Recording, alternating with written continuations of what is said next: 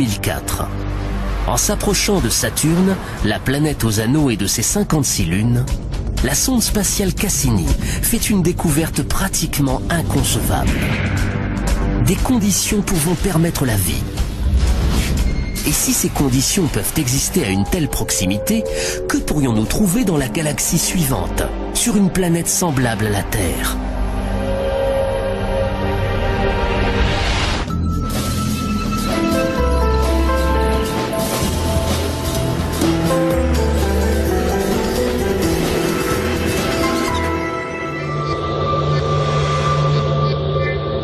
Depuis des millénaires, les humains regardent le ciel en se demandant s'ils sont seuls dans l'univers. Aujourd'hui, jamais la réponse à cette question n'a été aussi proche de nous. Certains scientifiques estiment que nous allons très prochainement rencontrer pour la première fois nos cousins extraterrestres. Au cours de la prochaine décennie, j'espère. Je suis prête à les rencontrer dès la semaine prochaine. Le plus tôt sera le mieux. De plus, nous pourrions découvrir ces extraterrestres non pas sur des planètes éloignées situées dans des galaxies inexplorées, mais tout près de nous, dans notre propre système solaire. Les chercheurs accumulent les preuves que E.T. se trouve quelque part par là et qu'il vit dans le plus dangereux des mondes. Notre safari va nous conduire dans 7 destinations différentes de notre système solaire, pour voir où ces créatures pourraient se trouver et à quoi elles pourraient ressembler.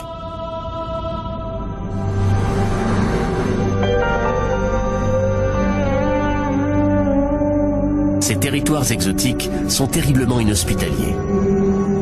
La vie telle que nous la concevons y serait instantanément anéantie. Mais la vie extraterrestre est peut-être beaucoup plus résistante que nous ne l'imaginons, comme nous l'apprend un groupe de créatures vivant ici même sur notre planète. Il y a encore quelques décennies, nous étions persuadés que la Terre était unique. C'est pour autant que nous le sachions, la seule qui a permis l'évolution de plusieurs millions d'espèces, grâce à sa grande quantité de lumière solaire, d'eau chaude et à son atmosphère protectrice. Nous en avons logiquement conclu que la vie avait besoin de chacun de ces éléments. Conclusion qui a exclu tous les autres mondes connus de notre système solaire. Mais ensuite, les biologistes ont commencé à passer au crible certaines des zones les plus sombres et les plus froides de la Terre. Et à leur grande surprise, ils ont trouvé des créatures vivantes. Les biologistes ont baptisé ces organismes extrémophiles. Certains d'entre eux n'ont besoin ni de lumière ni d'oxygène. D'autres survivent sous une formidable pression atmosphérique. Il semble que la vie peut surgir pratiquement n'importe où. Dans l'Antarctique, par exemple, après avoir fouillé pendant des années ce paysage aride et gelé, les scientifiques doutaient de trouver une quelconque forme de vie. Mais en 1999, une équipe d'explorateurs a extrait de la roche située à 2 mètres sous la glace. Ce qu'ils ont découvert les a abasourdis. Lorsqu'ils ont fendu la roche, ils se sont aperçus qu'elle regorgeait de minuscules créatures. Ici, à une température de moins 66 degrés Celsius et à 2 mètres sous une couche de glace solide, la vie avait pris racine. Les biologistes ont découvert de plus en plus de formes de vie. Non pas des kangourous, mais des formes plus simples qui vivent à des températures extrêmement froides, ou bien très élevées, à de très hautes pressions atmosphériques, et même dans des lieux ayant un niveau très élevé de radiation. Il s'avère que la vie est capable d'exister sur notre propre planète, dans une variété d'environnements beaucoup plus grande que nous ne l'imaginions. Et si la vie peut survivre à des conditions extrêmes, non seulement chez nous, mais n'importe où dans notre système solaire, imaginez ce que cela peut signifier. À moins qu'il n'y ait quelque chose d'incroyablement miraculeux en ce qui concerne notre planète ou notre système solaire, la vie doit être très répandue. Elle doit être présente dans un très grand nombre de mondes. Et la vie intelligente doit être apparue dans certains d'entre eux.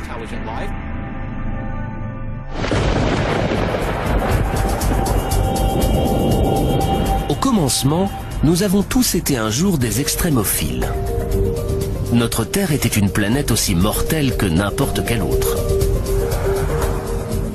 Pendant le premier milliard d'années de son existence, notre planète a été impitoyablement pilonnée par des débris cosmiques.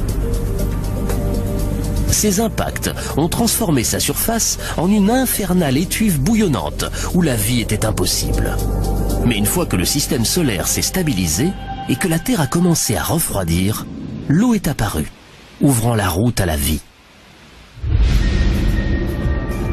En 1953, lors d'une expérience de laboratoire, le chercheur Stanley Miller a démontré à quel point la vie était apparue facilement sur Terre. Il a combiné de l'eau avec de l'hydrogène, du méthane et de l'ammoniac, éléments qui composaient à l'origine l'atmosphère terrestre.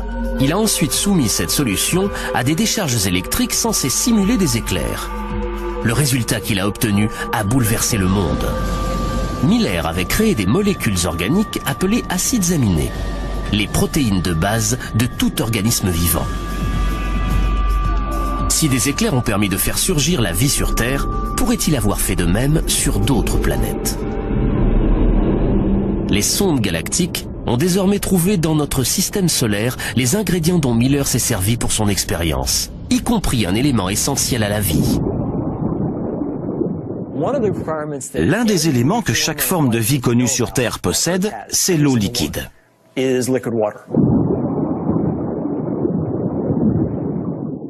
Nous avons utilisé les preuves de la présence d'eau liquide pour, en quelque sorte, guider nos recherches d'environnement habitable.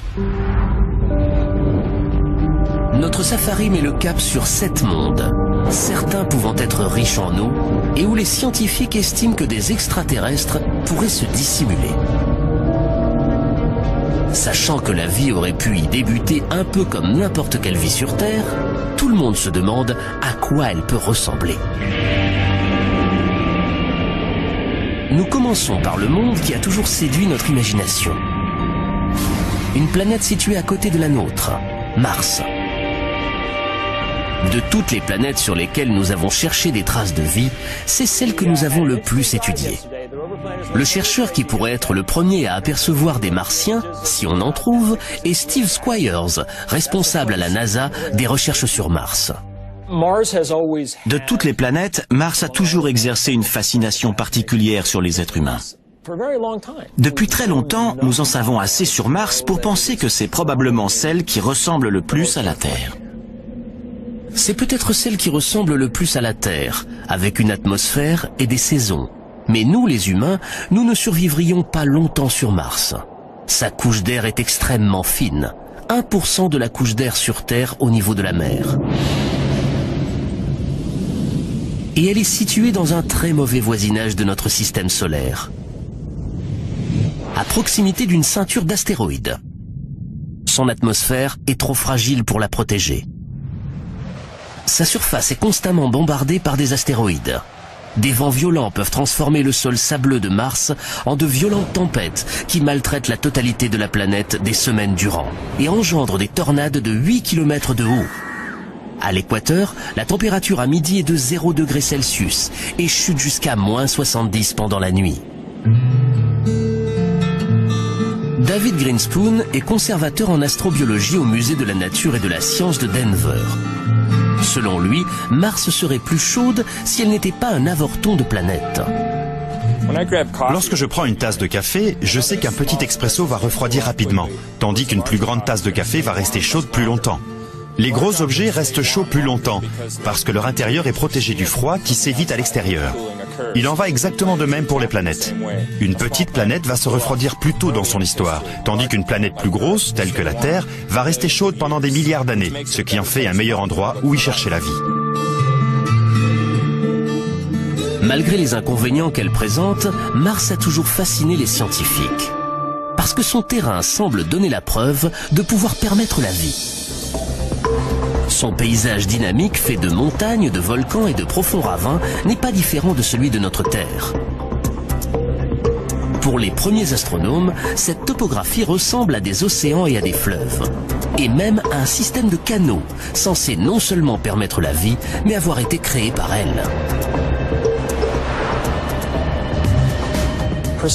Aux États-Unis, Percival Lowell a observé ces choses et en a conclu que leur géométrie était tellement droite et régulière qu'elle ne pouvait qu'être le fruit d'une vie intelligente. Il avait raison. Le problème, c'était que la vie était du mauvais côté du télescope. En voyant ces choses-là par l'oculaire d'un télescope, la combinaison œil-cerveau a commencé à mettre en relation des choses qui n'étaient pas vraiment là. Lowell n'était pas le seul. Certains scientifiques ont été choqués lorsque la sonde Viking 1 a retransmis cette image. S'agit-il d'un visage humain, sans doute réalisé par des Martiens à leur propre image? Notre safari nous permet de survoler la surface et nous pouvons constater que le paysage de la planète rouge est beaucoup plus quelconque. Nous ne verrons peut-être jamais de Martiens capables de construire des structures aussi monumentales, ce qui ne signifie pas pour autant qu'il n'y ait pas de vie sur Mars.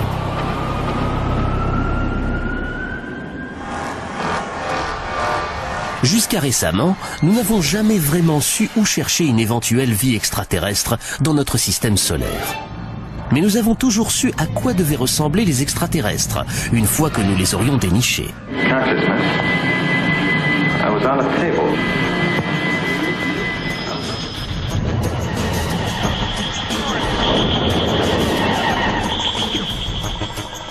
Généralement, il y a toujours un soupçon de terrien chez les extraterrestres. Hostiles ou aimables, ils ont toujours tendance à ressembler à des images mutantes de nous-mêmes. 2 bras, 2 jambes, un nez, une bouche et aucun sens de l'humour. C'est ce à quoi ils ressemblent la plupart du temps dans les films.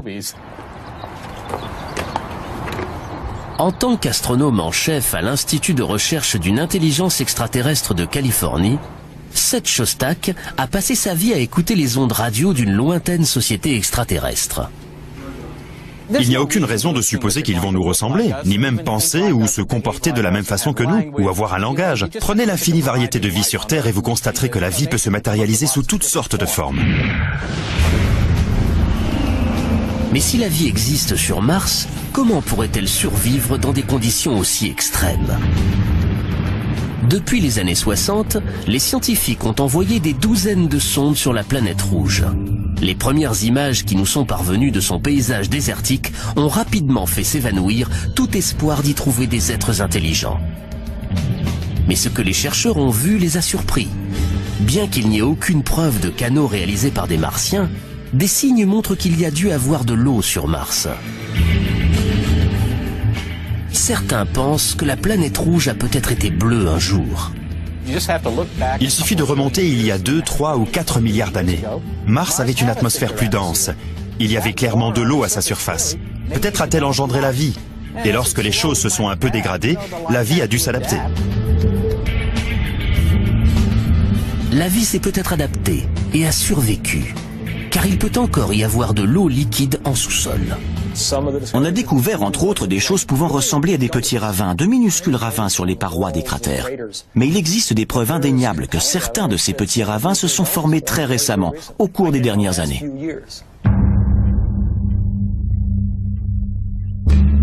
Mais sans eau en surface et avec des températures polaires et une atmosphère terriblement raréfiée, Mars est une planète sur laquelle une seule sorte de créature pourrait vivre, un extrémophile. Les extrémophiles se développent dans les pires des environnements. Pour voir où ils pourraient se cacher sur Mars, nous nous rendons dans le Valles Marineris, une énorme crevasse à la surface de Mars, par endroits 20 fois plus large que le Grand Canyon, et dont la profondeur égale presque la hauteur de l'Everest. Des lacs inondaient peut-être autrefois cette vallée, et ces lacs abritaient peut-être des formes de vie. L'eau s'étant tarie, la vie a pu évoluer pour faire face à un environnement devenu plus hostile. Ce n'est que lorsqu'on les trouvera que l'on saura à quoi ressemblent ces extrémophiles. Mais ils pourraient être semblables aux créatures vivant sur Terre dans les milieux les plus extrêmes. Une équipe inhabituelle de biologistes, appelée astrobiologistes, recherche sur Terre les formes de vie que l'on pourrait trouver dans l'espace. L'astrobiologiste Rocco Mancinelli est en quête d'extrémophiles martiens. Si l'eau s'est infiltrée sous la surface, qu'est-elle devenue ensuite? Des poches d'eau de mer se sont formées. Quel genre d'organisme peut vivre dans de l'eau salée? Un organisme halophile.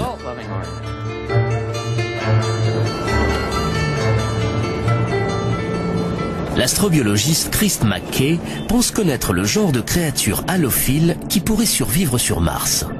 Des créatures très ressemblantes à celles qu'il a trouvées dans l'un des endroits les plus secs et les plus salés de notre planète. La vie sur Mars est confrontée au même défi fondamental que la vie dans la vallée de la mort, la sécheresse. Ce à quoi la vie a le plus de mal à s'adapter. Il y a des millénaires, un lac salé remplissait la vallée de la mort, tout comme des lacs remplissaient le Valles Marineris de Mars.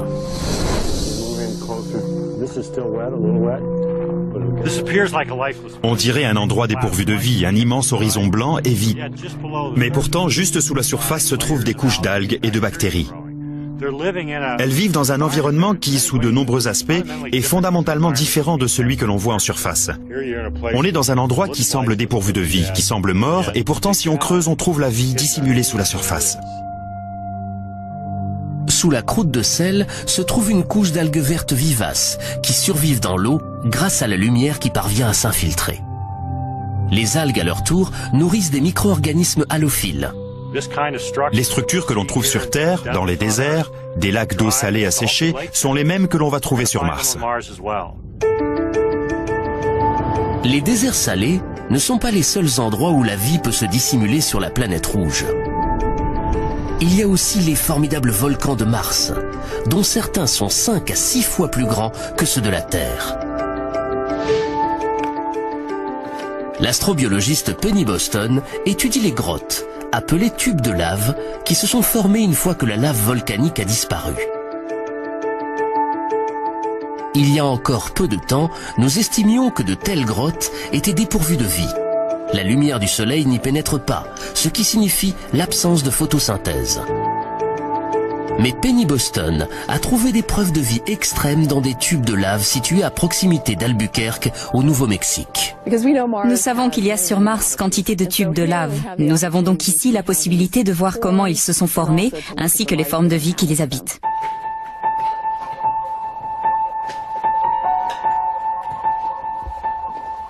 Les extrémophiles que Penny Boston a découverts s'épanouissent. Ils tirent leur énergie des minéraux contenus dans les parois de la grotte. Nous voici près de la paroi et vous pouvez voir ces petites poches blanches qui se développent sur le basalte noir. Chacune de ces poches est une véritable métropole pour ces petites créatures. Elles sont toutes nichées dans ces petites poches sur le basalte. Ces créatures se sont adaptées à ces températures glaciales. Elles ne voient jamais de lumière et se nourrissent de ce qu'elles trouvent dans cet environnement. Y a-t-il des petites créatures semblables à celles-ci dans les grottes situées sous les champs de volcans de Mars? Penny Boston pense que oui. Nous allons trouver la vie et j'espère vivre assez longtemps pour pouvoir être encore là pour voir ça.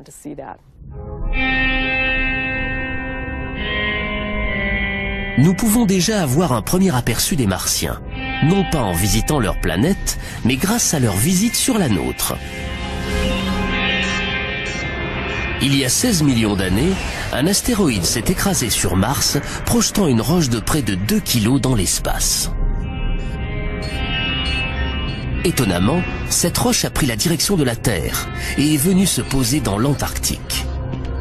À l'intérieur, David McKay et Everett Gibson, chercheurs à la NASA, ont eu la surprise de trouver des silhouettes de fossiles.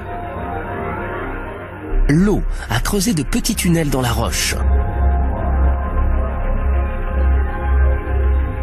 Et dans ces tunnels, les deux hommes ont découvert ce qu'ils estiment être la preuve d'une vie bactérienne. Ce sont des petits microbes. Ils sont morts. Ils sont fossilisés. Dans certains cas, on ne voit même pas de forme, on ne voit que des empreintes ou la preuve qu'ils étaient là. Une vie provenant de Mars? Peut-être. Notre équipe est persuadée qu'il y a là une vie fossile. Nous n'avons pas encore pu le démontrer définitivement et de nombreuses personnes sont sceptiques. Mais nous rassemblons d'autres indices. Nous avons des composants chimiques et notre but est de convaincre les gens de la présence réelle d'une vie fossile. la quête ne fait que débuter. La NASA prévoit d'envoyer sur Mars un module appelé Phoenix. Il va étudier la calotte glaciaire de la planète et sonder à près d'1 mètre de profondeur. La NASA a même le projet d'y envoyer des êtres humains. Ils ne rencontreront sans doute pas les petits hommes verts qui peuplent notre imaginaire. Mais ils pourraient trouver certaines formes de vie. À quoi ressembleront-elles? Il y a de fortes chances pour qu'elles vivent sous terre et puissent survivre avec très peu d'eau. Peut-être un organisme avec un penchant pour les minéraux, comme les créatures qui peuplent les tubes de lave du Nouveau-Mexique.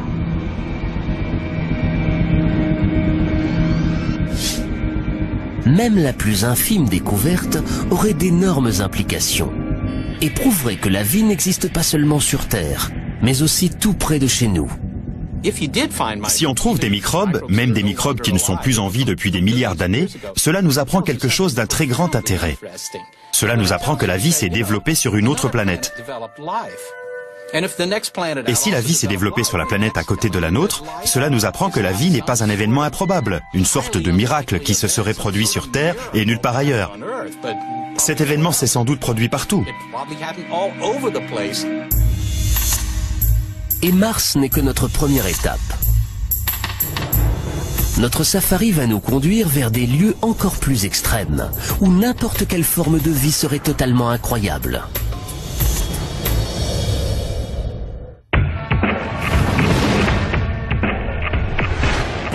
Notre safari dans les coins du système solaire censé pouvoir abriter une forme de vie extraterrestre nous emmène maintenant au-delà de la ceinture d'astéroïdes, très loin de la planète Mars.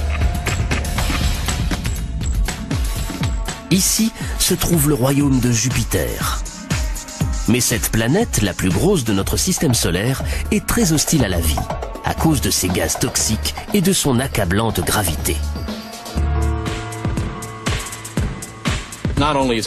Non seulement il fait terriblement froid sur Jupiter, mais son atmosphère est aussi très épaisse, des dizaines de milliers de kilomètres d'épaisseur. Elle est chargée d'ammoniac et de méthane, le genre de choses qu'on utilise pour nettoyer les toilettes. Mais Jupiter a, à notre connaissance, plus de 60 lunes.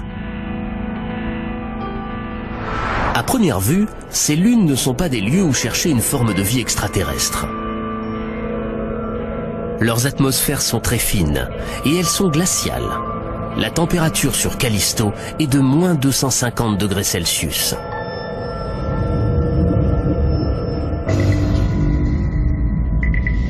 Les sondes Voyager et Galileo n'ont rien détecté d'autre que de la glace à la surface de ces lunes.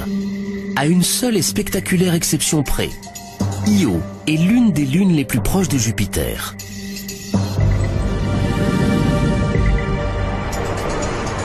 Lorsque la NASA a envoyé Voyager 1 sur Io en 1979, les astronomes ont eu la surprise de trouver sa surface couverte de gigantesques volcans.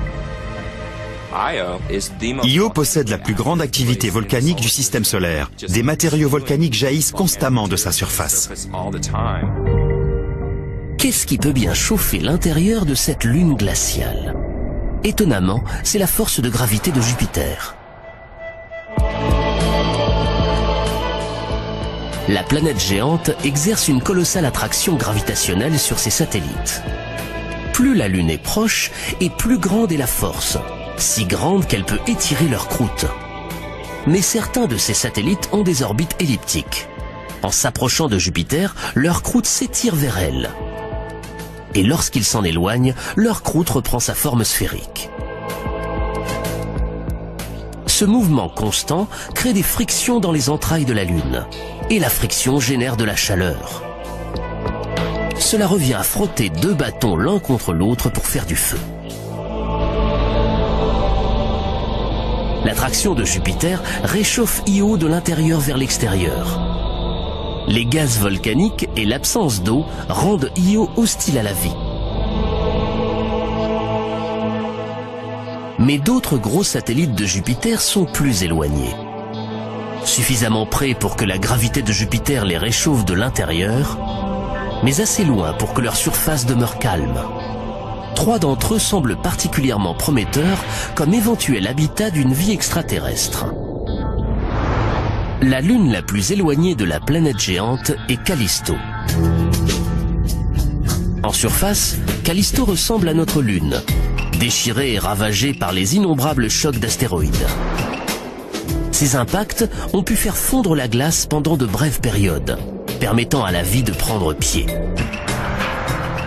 Mais en 1998, l'astronef Galileo a repéré un incubateur beaucoup plus prometteur, bien en dessous de la surface de Callisto. Des roches radioactives et une pression colossale dans son noyau chauffent l'intérieur de Callisto. La chaleur a pu faire fondre la calotte glaciaire par en dessous, créant ainsi un océan caché. Et un océan caché pourrait signifier une vie cachée. En volant plus près de Jupiter, nous découvrons sa plus grosse lune, Ganymède. Ganymède est aussi terriblement accidentée. Des crêtes se dressent au-dessus de sa surface, tout comme les sillons d'un pneu. Ces points lumineux sont des cratères ayant jusqu'à 5 km de diamètre et probablement remplis de gel. Mais ces photos nous donnent le plus fascinant indice sur l'endroit où la vie pourrait se cacher. Elles montrent des glaciers en mouvement.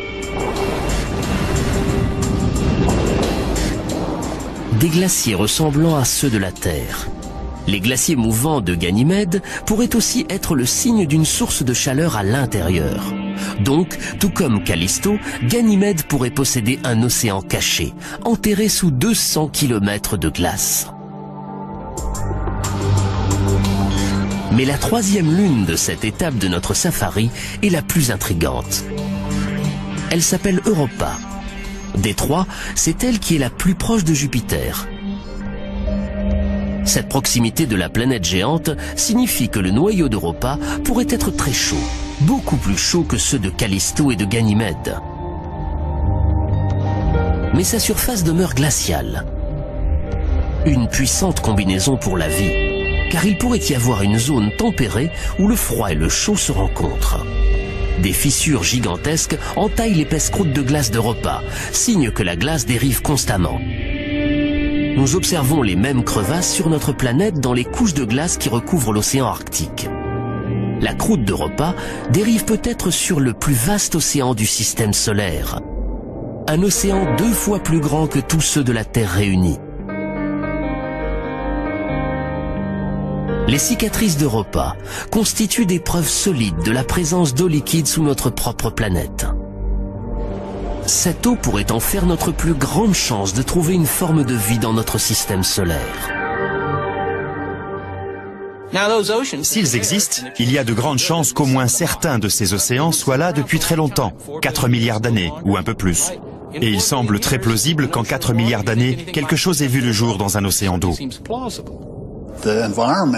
L'environnement dans l'océan d'Europa est peut-être aussi propice à la vie que celui de nos océans. D'ailleurs, des créatures de la planète Terre pourraient sans doute vivre dans l'océan d'Europa. Mais les océans d'Europa doivent être glacés. Et la lumière du soleil n'y pénètre jamais, à cause du couvercle de glace qui devrait avoir 15 km d'épaisseur. On n'aurait sans doute jamais pensé qu'il puisse y avoir de la vie sans une découverte révolutionnaire faite au large des côtes de l'équateur. Dans le Pacifique, à des kilomètres de profondeur, des biologistes ont découvert des communautés prospères de vers tubicoles, de crabes et même de calamars. Ces créatures s'épanouissent malgré les ténèbres totales, le froid extrême et la pression des profondeurs de l'océan. Elles se nourrissent de bactéries qui tirent leur énergie non pas du soleil, mais des produits chimiques qui jaillissent du lit de l'océan. On pourrait trouver de telles cheminées volcaniques sur Europa, subvenant aux besoins de leur propre réseau de vie. Pour le savoir, la NASA voudrait envoyer un module à la surface d'Europa. Certains voudraient envoyer un cryobot, un robot pouvant faire fondre la glace et envoyer une sonde dans le liquide situé en dessous. Ce n'est pas très difficile à faire. Il suffit de faire fondre un passage, non pas de quelques centaines de mètres, mais peut-être d'une dizaine de kilomètres de glace. Et envoyer en dessous une ligne de pêche avec une caméra vidéo équipée d'une ampoule et regarder ce qui se passe autour.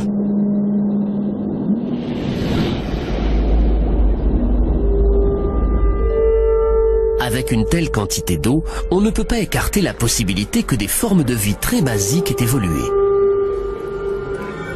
On pourrait même trouver des créatures aussi évoluées que certaines de celles qui vivent chez nous. On trouverait probablement des microbes. Mais rien que ça serait déjà une modification océanique de la façon dont nous concevons l'apparition et l'évolution de la vie. Europa est chaude. Mais que se passerait-il si la planète était l'une des plus froides que l'on connaisse? Ou si ces lacs étaient remplis de produits chimiques toxiques et non d'eau? Tels sont les mondes que nous allons découvrir, tandis que notre safari s'enfonce plus profondément dans l'espace. Nous nous dirigeons maintenant à 1 milliard de kilomètres de la Terre, à 1 milliard de kilomètres de la lumière et de la chaleur, au-delà de Jupiter, vers la seconde planète la plus grosse de notre système solaire.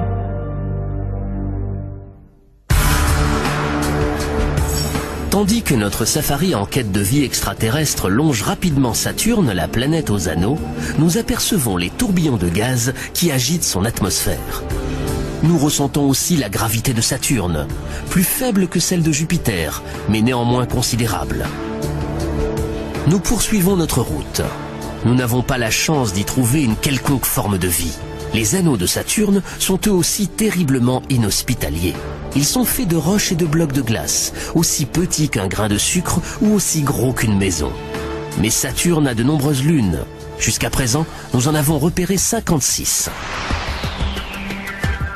Notre safari se dirige tout d'abord vers l'une de ces lunes, un minuscule satellite glacé appelé Encelade, dont le diamètre n'atteint pas 500 km. Ici, la gravité est très faible, une fraction de celle de la Terre. Et Encelade n'a pratiquement pas d'atmosphère. La Lune réfléchit dans l'espace presque toute la lumière du Soleil qui l'atteint, ce qui en fait l'objet le plus brillant de notre système solaire.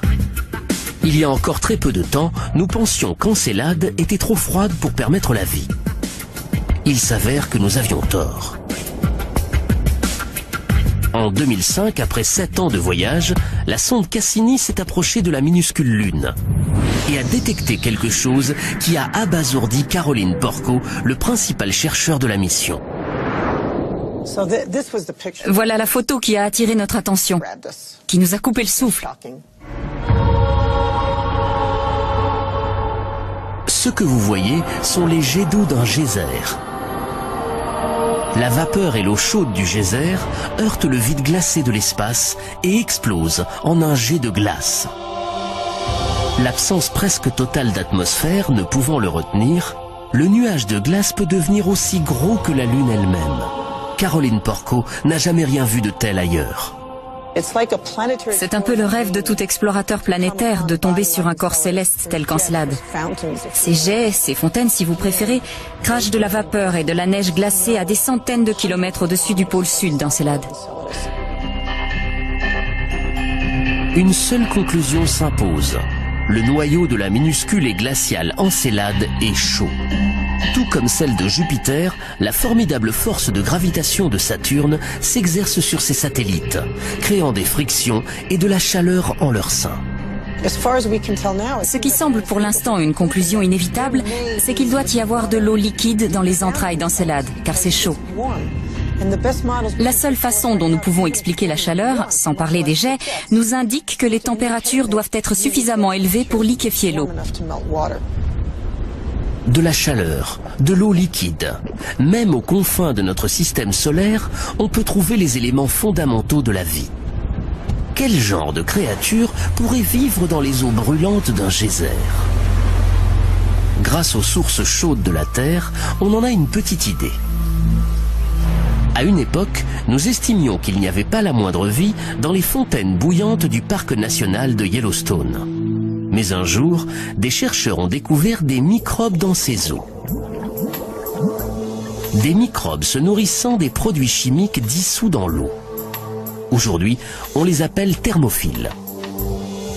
Les plus robustes peuvent s'épanouir dans des eaux bouillantes. Pourrait-il y avoir des thermophiles sur Encelade ? Pour le découvrir, nous allons aller voir de plus près.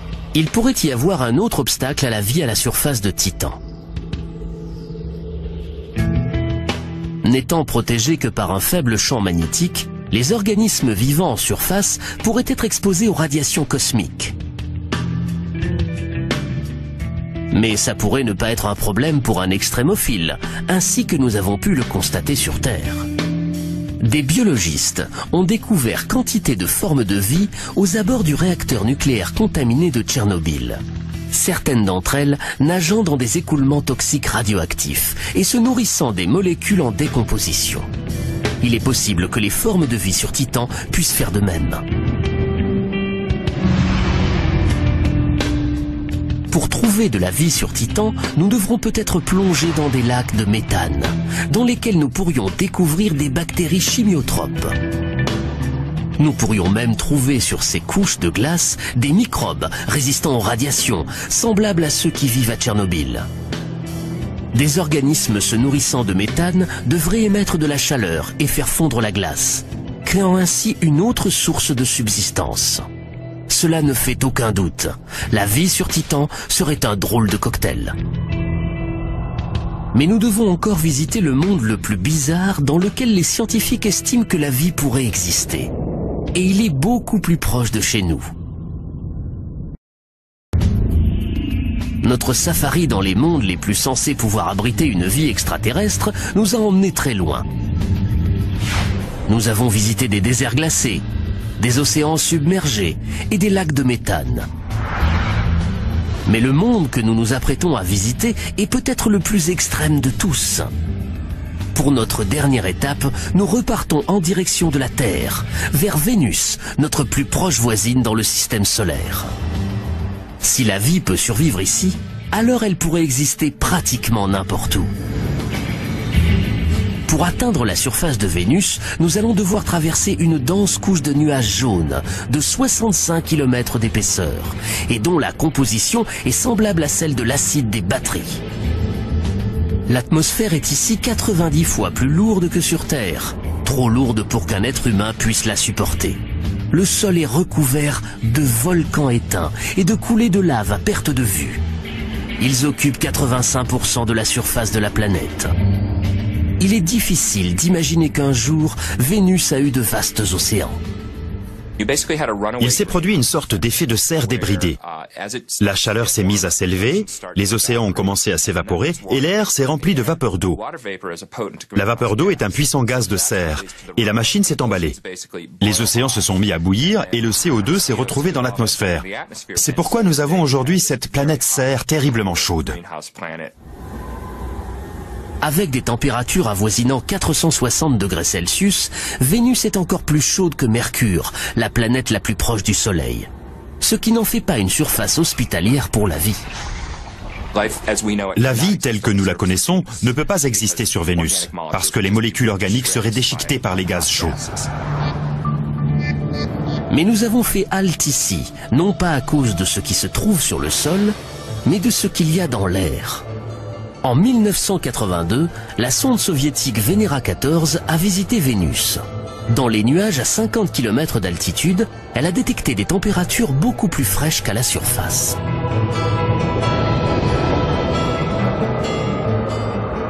De plus, elle a trouvé la molécule indispensable à la vie, H2O. Jusqu'à présent, toute l'eau que nous avons découverte en dehors de la Terre était solide et gelée. Il n'y a que dans les nuages au-dessus de Vénus que nous en avons découvert sous forme de vapeur. Un possible incubateur de vie. Mais les nuages de Vénus sont aussi remplis de soufre, extrêmement acide. Autrefois, nous pensions que rien ne pouvait vivre dans le soufre. Mais les scientifiques ont analysé l'une des eaux les plus acides de la Terre, suintant d'une mine de Californie.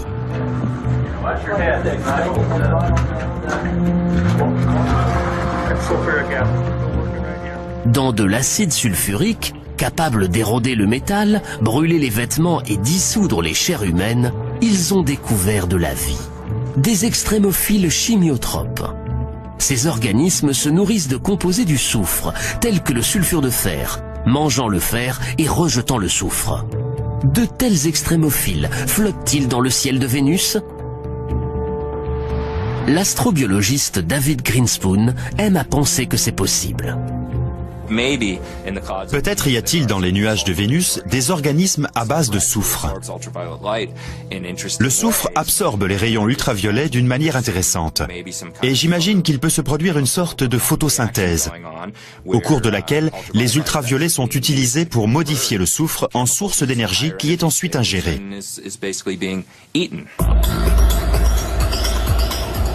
À quoi ressembleraient ces extraterrestres si nous les trouvions ? Ils devraient être capables de supporter de très hautes températures, une énorme pression atmosphérique. Ils devraient aussi pouvoir s'épanouir dans des concentrations d'acide, mortelles pour la plupart des formes de vie. Peut-être pourrait-il être une forme plus résistante de ces extrémophiles chimiotropes de la mine de Californie. Nous continuons de découvrir qu'il y a de la vie dans des endroits que nous considérions comme totalement inhospitaliers. Alors quand on dit c'est impossible, il ne peut pas y avoir de vie dans les nuages de Vénus, il faut être très prudent, car ce n'est peut-être que le reflet de notre propre ignorance et des limites de notre imagination, et non pas des limites de la créativité fondamentale de la nature, qui apparemment trouve des solutions à tous ces problèmes.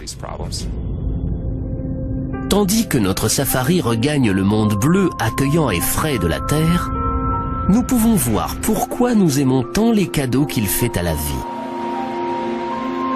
Mais comme nous l'avons appris, même les environnements les plus extrêmes peuvent abriter des formes de vie.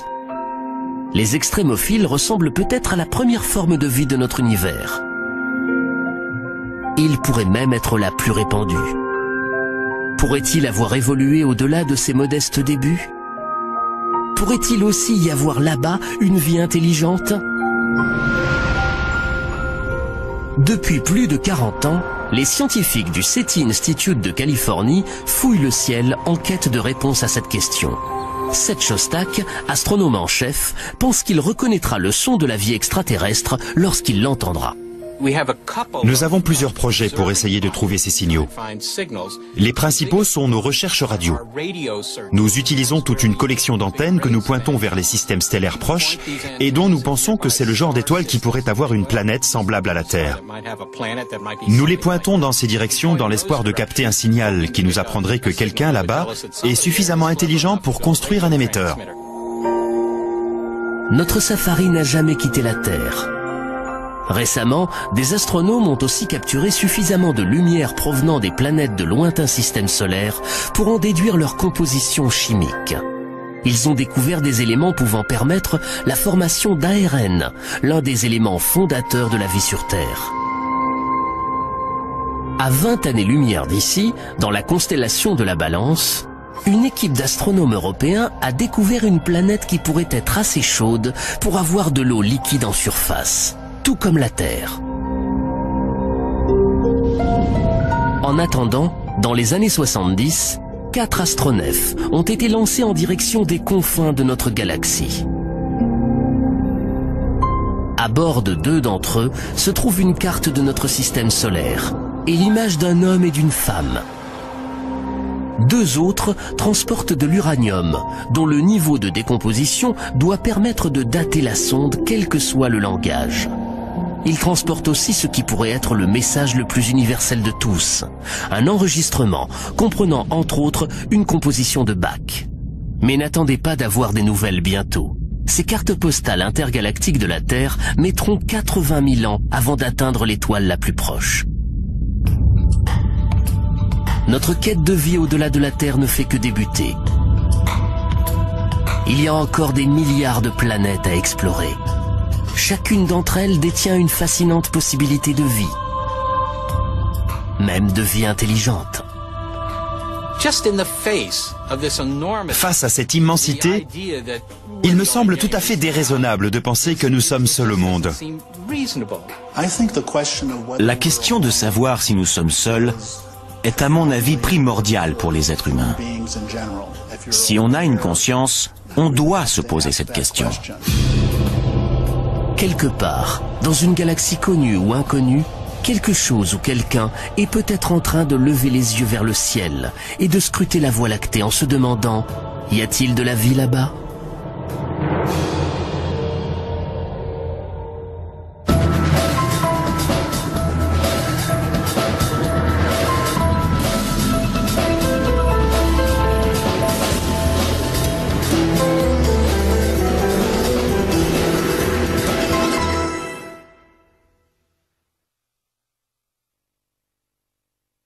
importons de planètes.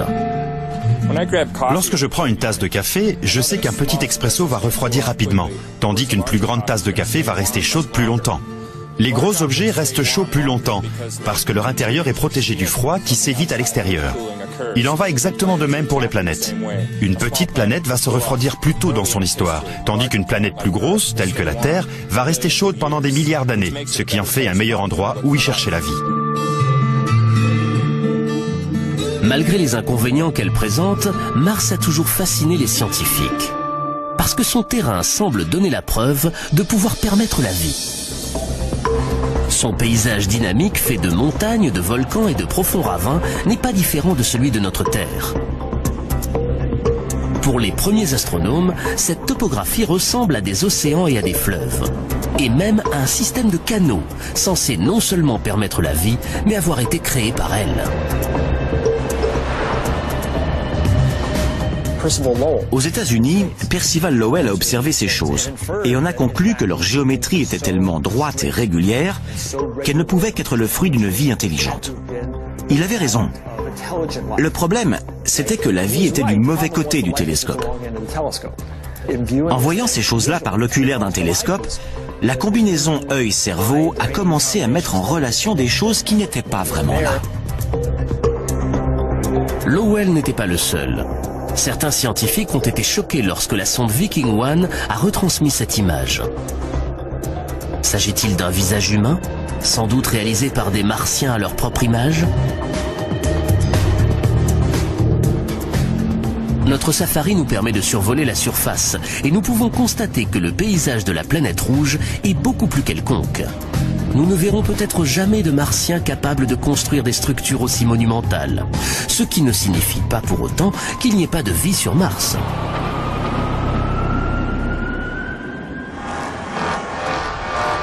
Jusqu'à récemment, nous n'avons jamais vraiment su où chercher une éventuelle vie extraterrestre dans notre système solaire.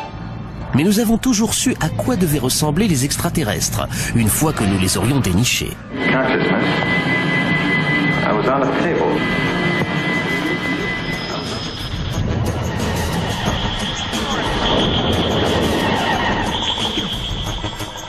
Généralement, il y a toujours un soupçon de terrien chez les extraterrestres. Hostiles ou aimables, ils ont toujours tendance à ressembler à des images mutantes de nous-mêmes. 2 bras, 2 jambes, un nez, une bouche et aucun sens de l'humour. C'est ce à quoi ils ressemblent la plupart du temps dans les films.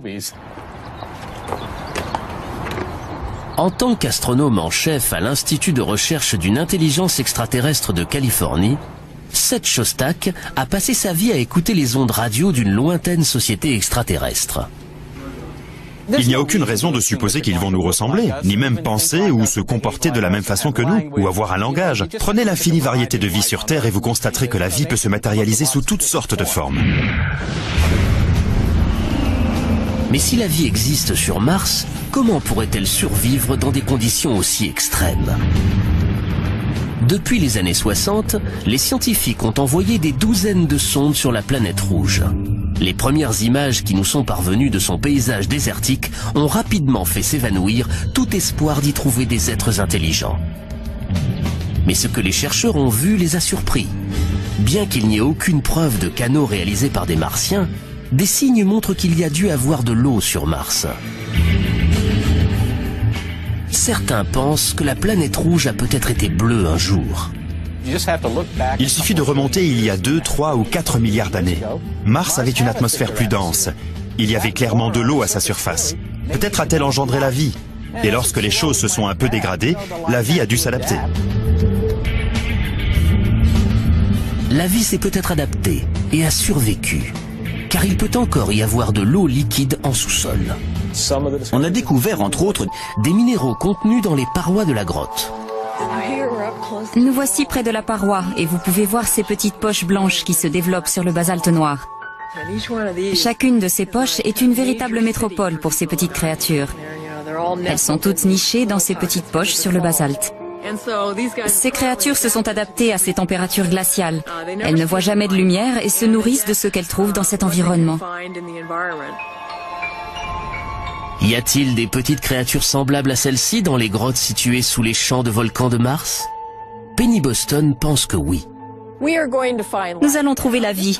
Et j'espère vivre assez longtemps pour pouvoir être encore là pour voir ça.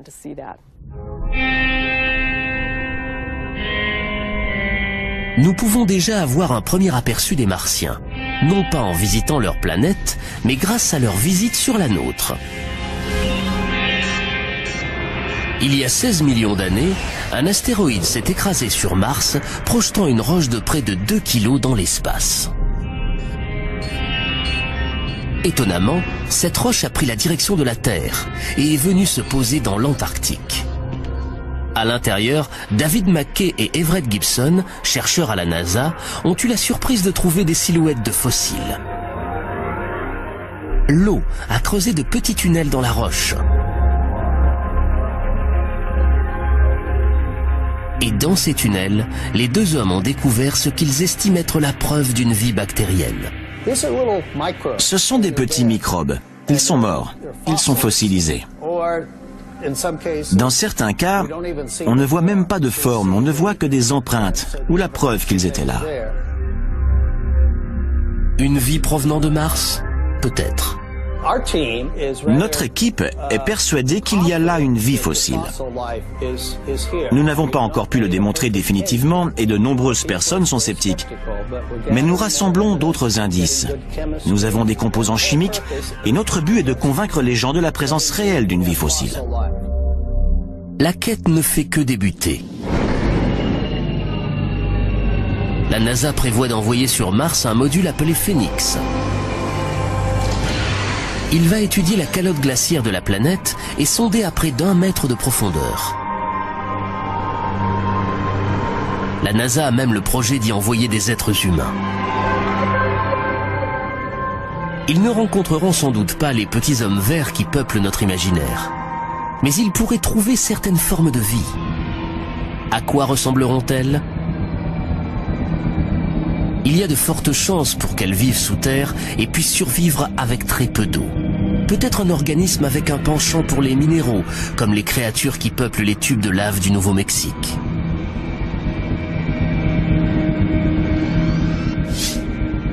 Même la plus infime découverte aurait d'énormes implications et prouverait que la vie n'existe pas seulement sur Terre, mais aussi tout près de chez nous. Si on trouve des microbes, même des microbes qui ne sont plus en vie depuis des milliards d'années, cela nous apprend quelque chose d'un très grand intérêt. Cela nous apprend que la vie s'est développée sur une autre planète. Et si la vie s'est développée sur la planète à côté de la nôtre, cela nous apprend que la vie n'est pas un événement improbable, une sorte de miracle qui se serait produit sur Terre et nulle part ailleurs. Cet événement s'est sans doute produit partout.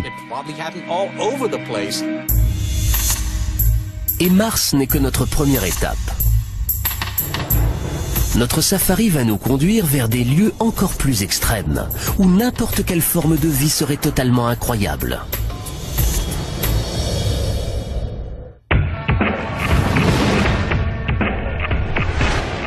Notre safari dans les coins du système solaire censé pouvoir abriter une forme de vie extraterrestre nous emmène maintenant au-delà de la ceinture d'astéroïdes, très loin de la planète Mars.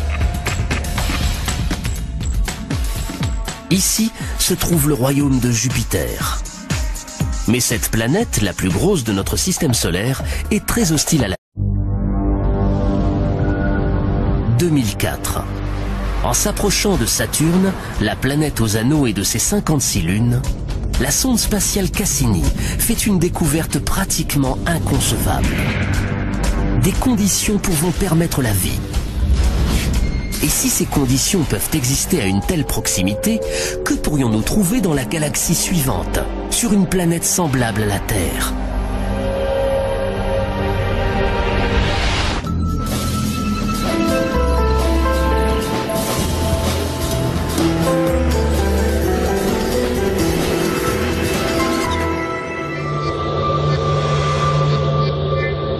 Depuis des millénaires, les humains regardent le ciel en se demandant s'ils sont seuls dans l'univers. Aujourd'hui, jamais la réponse à cette question n'a été aussi proche de nous. Certains scientifiques estiment que nous allons très prochainement rencontrer pour la première fois nos cousins extraterrestres. Au cours de la prochaine décennie, j'espère. Je suis prête à les rencontrer dès la semaine prochaine. Le plus tôt sera le mieux. Depuis plus, nous pourrions découvrir ces extraterrestres non pas sur des planètes éloignées situées dans des galaxies inexplorées, mais tout près de nous, dans notre propre système solaire. Les chercheurs accumulent les preuves que E.T. se trouve quelque part par là et qu'il vit dans le plus dangereux des mondes. Notre safari va nous conduire dans 7 destinations différentes de notre système solaire pour voir où ces créatures pourraient se trouver et à quoi elles pourraient ressembler.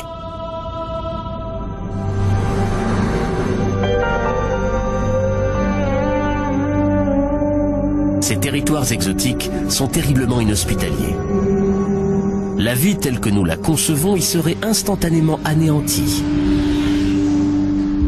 Mais la vie extraterrestre est peut-être beaucoup plus résistante que nous ne l'imaginons, comme nous l'apprend un groupe de créatures vivant ici même sur notre planète. Il y a encore quelques décennies, nous étions persuadés que la Terre était unique. C'est pour autant que nous le sachions, la seule qui a permis l'évolution de plusieurs millions d'espèces, grâce à sa grande quantité de lumière solaire, d'eau chaude et à son atmosphère protectrice. Nous en avons logiquement conclu que la vie avait besoin de chacun de ces éléments. Conclusion qui a exclu tous les autres mondes connus de notre système solaire. Mais ensuite, les biologistes ont commencé à passer au crible certaines des zones les plus sombres et les plus froides de la Terre. Et à leur grande surprise, ils ont trouvé des créatures vivantes. Les biologistes ont baptisé ces organismes extrémophiles.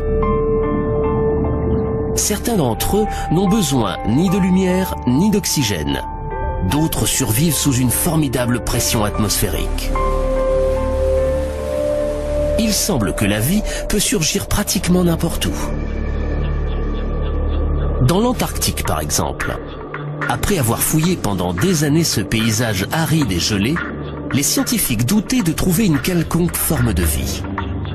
Mais en 1999, une équipe d'explorateurs a extrait de la roche située à 2 mètres sous la glace. Ce qu'ils ont découvert les a abasourdis. Lorsqu'ils ont fendu la roche, ils se sont aperçus qu'elle regorgeait de minuscules créatures. Ici, à une température de moins 66 degrés Celsius et à 2 mètres sous une couche de glace solide, la vie avait pris racine. Les biologistes ont découvert de plus en plus de formes de vie. Non pas des kangourous, mais des formes plus simples qui vivent à des températures extrêmement froides, ou bien très élevées, à de très hautes pressions atmosphériques, et même dans des lieux ayant un niveau très élevé de radiation. Il s'avère que la vie est capable d'exister sur notre propre planète dans une variété d'environnements beaucoup plus grande que nous ne l'imaginions. Et si la vie peut survivre à des conditions extrêmes, non seulement chez nous, mais n'importe où dans notre système solaire, imaginez ce que cela peut signifier. À moins qu'il n'y ait quelque chose d'incroyablement miraculeux en ce qui concerne notre planète ou notre système solaire, la vie doit être très répandue. Elle doit être présente dans un très grand nombre de mondes. Et la vie intelligente doit être apparue dans certains d'entre eux.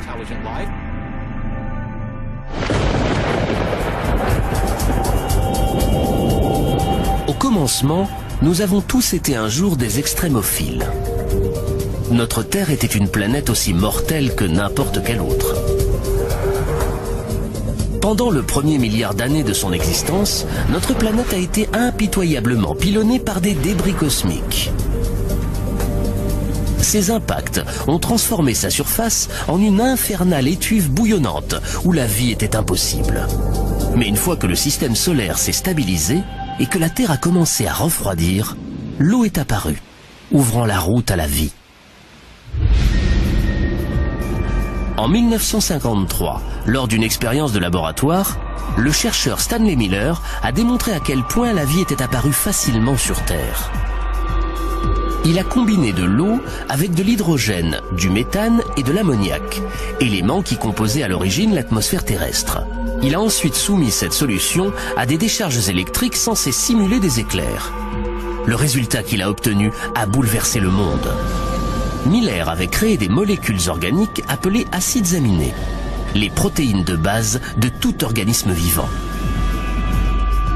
Si des éclairs ont permis de faire surgir la vie sur Terre, pourrait-il avoir fait de même sur d'autres planètes ? Les sondes galactiques ont désormais trouvé dans notre système solaire les ingrédients dont Miller s'est servi pour son expérience, y compris un élément essentiel à la vie. L'un des éléments que chaque forme de vie connue sur Terre possède, c'est l'eau liquide.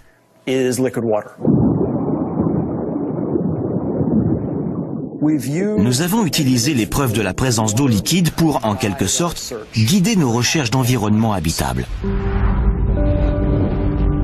Notre safari met le cap sur 7 mondes, certains pouvant être riches en eau et où les scientifiques estiment que des extraterrestres pourraient se dissimuler.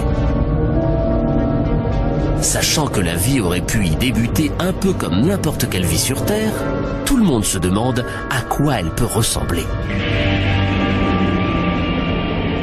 Nous commençons par le monde qui a toujours séduit notre imagination.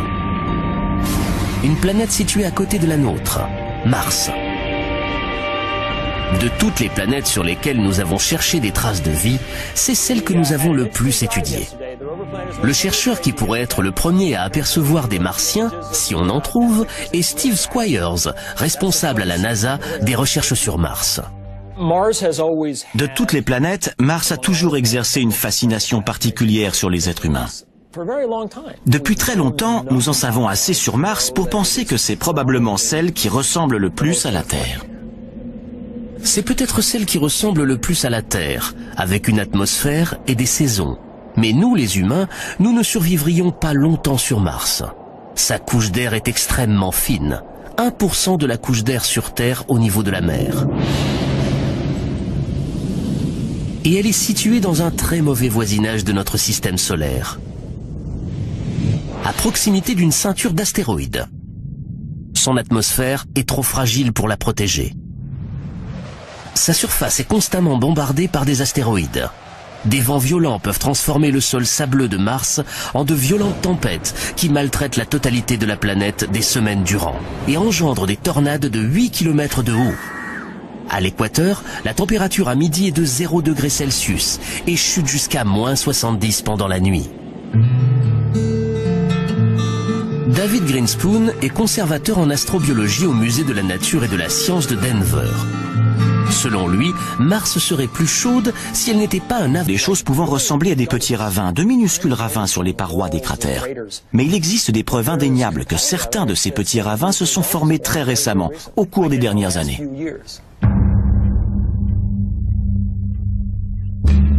Mais sans eau en surface et avec des températures polaires et une atmosphère terriblement raréfiée, Mars est une planète sur laquelle une seule sorte de créature pourrait vivre.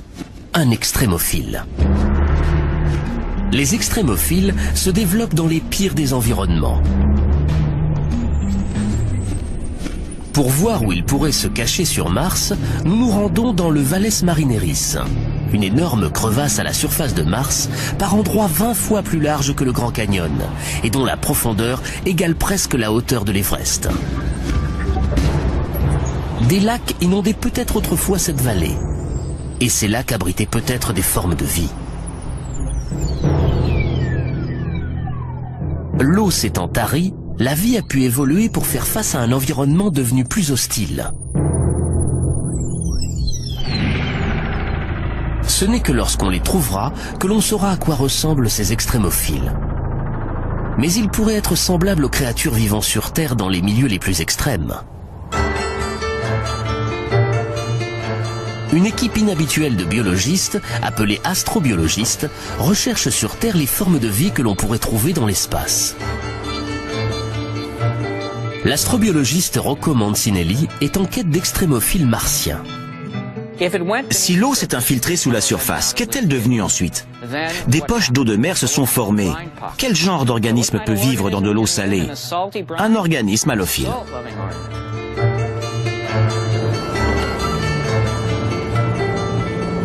L'astrobiologiste Chris McKay pense connaître le genre de créatures halophiles qui pourraient survivre sur Mars.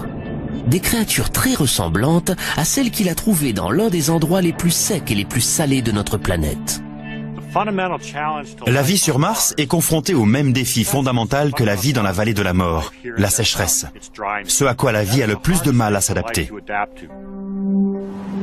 Il y a des millénaires, un lac salé remplissait la vallée de la mort, tout comme des lacs remplissaient le Valles Marineris de Mars.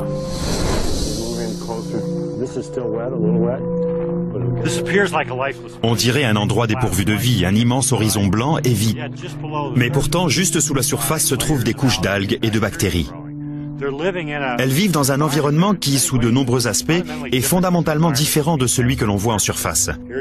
On est dans un endroit qui semble dépourvu de vie, qui semble mort, et pourtant si on creuse, on trouve la vie dissimulée sous la surface. Sous la croûte de sel se trouve une couche d'algues vertes vivaces qui survivent dans l'eau grâce à la lumière qui parvient à s'infiltrer. Les algues, à leur tour, nourrissent des micro-organismes halophiles. Les structures que l'on trouve sur Terre, dans les déserts, des lacs d'eau salée asséchés, sont les mêmes que l'on va trouver sur Mars. Les déserts salés ne sont pas les seuls endroits où la vie peut se dissimuler sur la planète rouge. Il y a aussi les formidables volcans de Mars, dont certains sont 5 à 6 fois plus grands que ceux de la Terre. L'astrobiologiste Penny Boston étudie les grottes, appelées tubes de lave, qui se sont formées une fois que la lave volcanique a disparu. Il y a encore peu de temps, nous estimions que de telles grottes étaient dépourvues de vie. La lumière du soleil n'y pénètre pas, ce qui signifie l'absence de photosynthèse. Mais Penny Boston a trouvé des preuves de vie extrêmes dans des tubes de lave situés à proximité d'Albuquerque, au Nouveau-Mexique. Nous savons qu'il y a sur Mars quantité de tubes de lave. Nous avons donc ici la possibilité de voir comment ils se sont formés, ainsi que les formes de vie qui les habitent.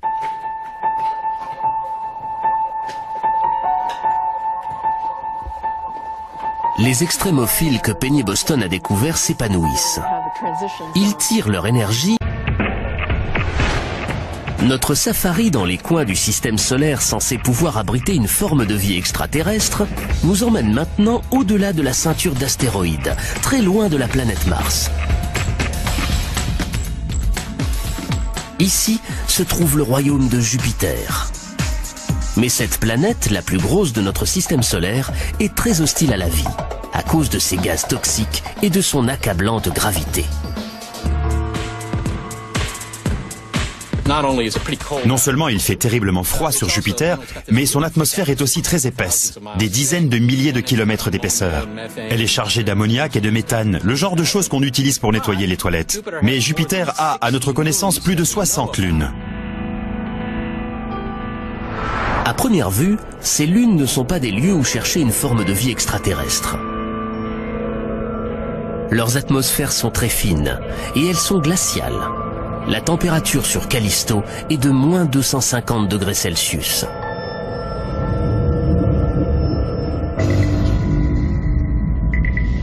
Les sondes Voyager et Galileo n'ont rien détecté d'autre que de la glace à la surface de ces lunes. À une seule et spectaculaire exception près, Io est l'une des lunes les plus proches de Jupiter.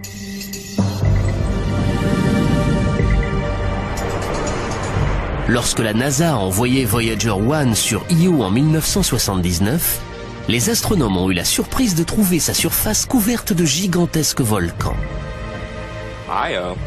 Io possède la plus grande activité volcanique du système solaire. Des matériaux volcaniques jaillissent constamment de sa surface. Qu'est-ce qui peut bien chauffer l'intérieur de cette lune glaciale? Étonnamment, c'est la force de gravité de Jupiter.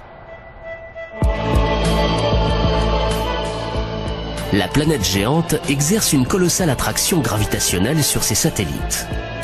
Plus la Lune est proche, et plus grande est la force, si grande qu'elle peut étirer leur croûte. Mais certains de ces satellites ont des orbites elliptiques.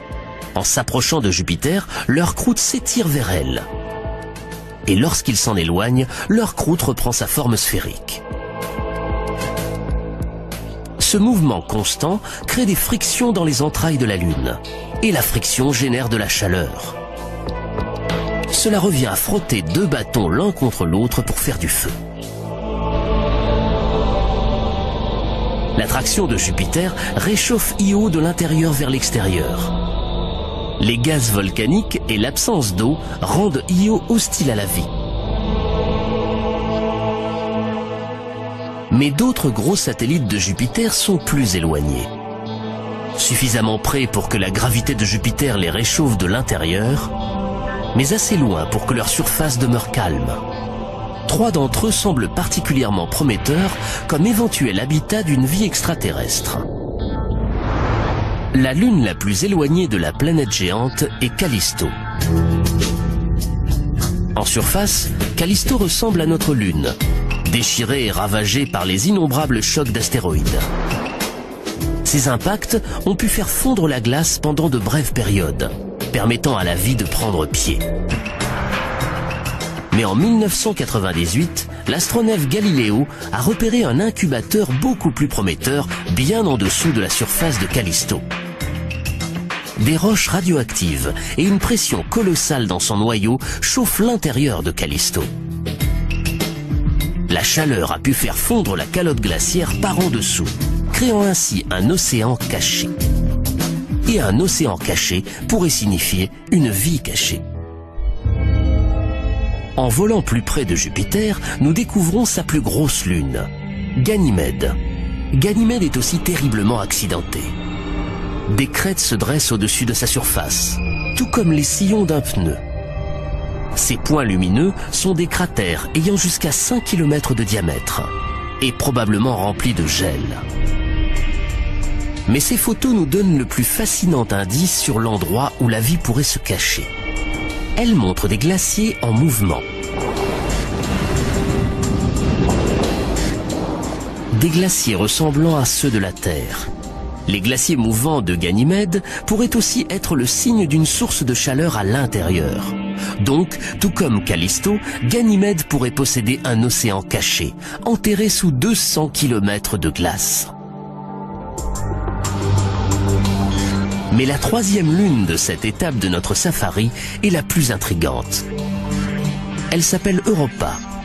Des 3, c'est elle qui est la plus proche de Jupiter. Cette proximité de la planète géante signifie que le noyau d'Europa pourrait être très chaud, beaucoup plus chaud que ceux de Callisto et de Ganymède.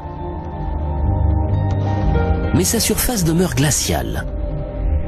Une puissante combinaison pour la vie, car il pourrait y avoir une zone tempérée où le froid et le chaud se rencontrent.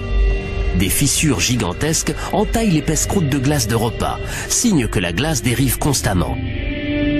Nous observons les mêmes crevasses sur notre planète dans les couches de glace qui recouvrent l'océan Arctique. La croûte d'Europa dérive peut-être sur le plus vaste océan du système solaire. Un océan 2 fois plus grand que tous ceux de la Terre réunis. Les cicatrices d'Europa constituent des preuves solides de la présence d'eau liquide sous notre propre planète. Cette eau pourrait en faire notre plus grande chance de trouver une forme de vie dans notre système solaire. S'ils existent, il y a de grandes chances qu'au moins certains de ces océans soient là depuis très longtemps, 4 milliards d'années ou un peu plus. Et il semble très plausible qu'en 4 milliards d'années, quelque chose ait vu le jour dans un océan d'eau. L'environnement dans l'océan d'Europa est peut-être aussi propice à la vie que celui de nos océans. D'ailleurs, des créatures de la planète Terre pourraient sans doute vivre dans l'océan d'Europa. Mais les océans d'Europa doivent être glacés. Et la lumière du soleil n'y pénètre jamais, à cause du couvercle de glace qui devrait avoir 15 km d'épaisseur.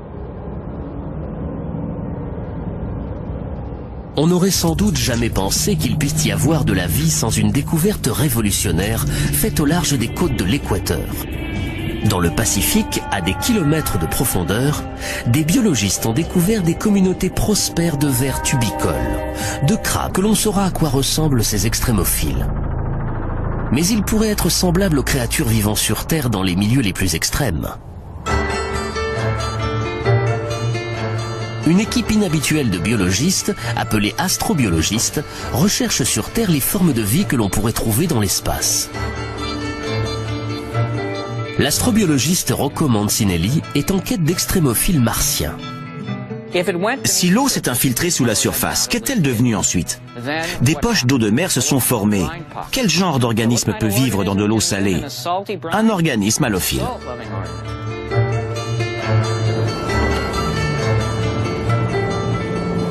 L'astrobiologiste Chris McKay pense connaître le genre de créatures halophiles qui pourraient survivre sur Mars.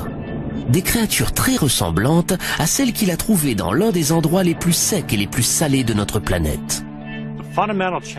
La vie sur Mars est confrontée au même défi fondamental que la vie dans la vallée de la mort, la sécheresse. Ce à quoi la vie a le plus de mal à s'adapter.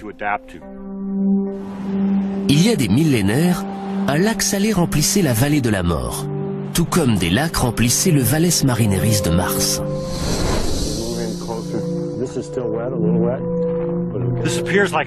On dirait un endroit dépourvu de vie, un immense horizon blanc et vide. Mais pourtant, juste sous la surface se trouvent des couches d'algues et de bactéries.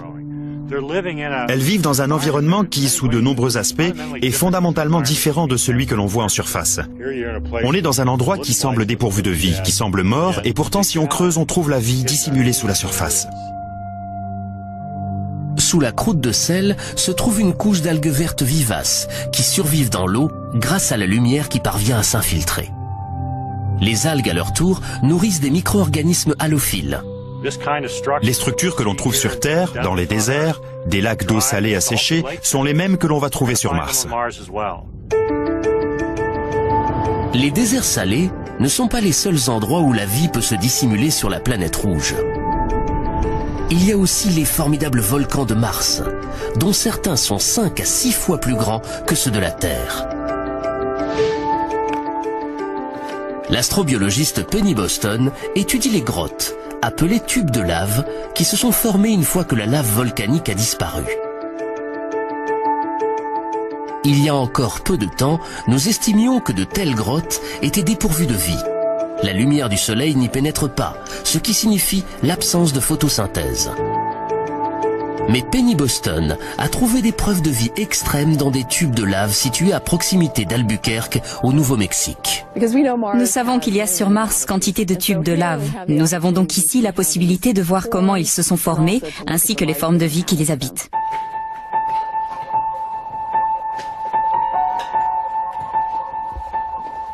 Les extrémophiles que Penny Boston a découverts s'épanouissent. Ils tirent leur énergie des minéraux contenus dans les parois de la grotte. Nous voici près de la paroi et vous pouvez voir ces petites poches blanches qui se développent sur le basalte noir. Chacune de ces poches est une véritable métropole pour ces petites créatures. Elles sont toutes nichées dans ces petites poches sur le basalte. Ces créatures se sont adaptées à ces températures glaciales.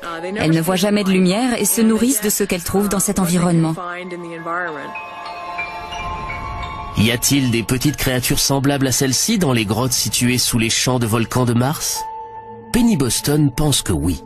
Nous allons trouver la vie et j'espère vivre assez longtemps pour pouvoir être encore là pour voir ça.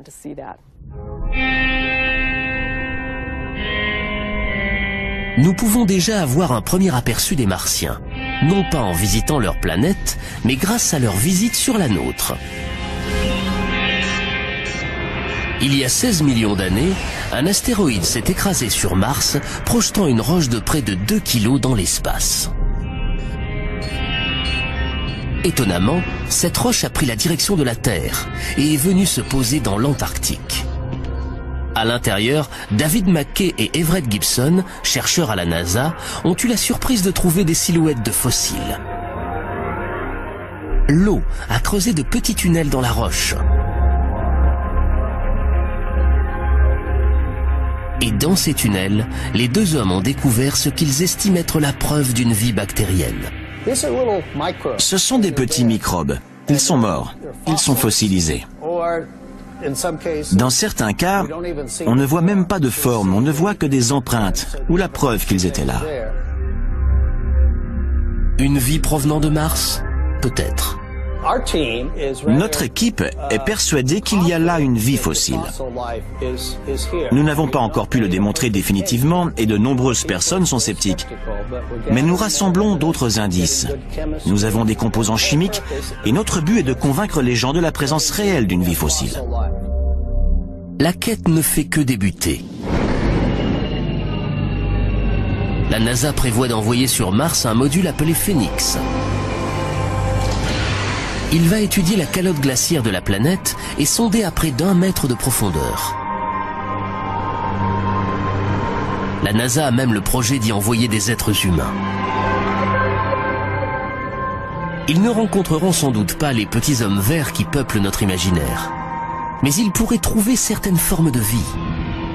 À quoi ressembleront-elles? Il y a de fortes chances pour qu'elles vivent sous terre et puissent survivre avec très peu d'eau.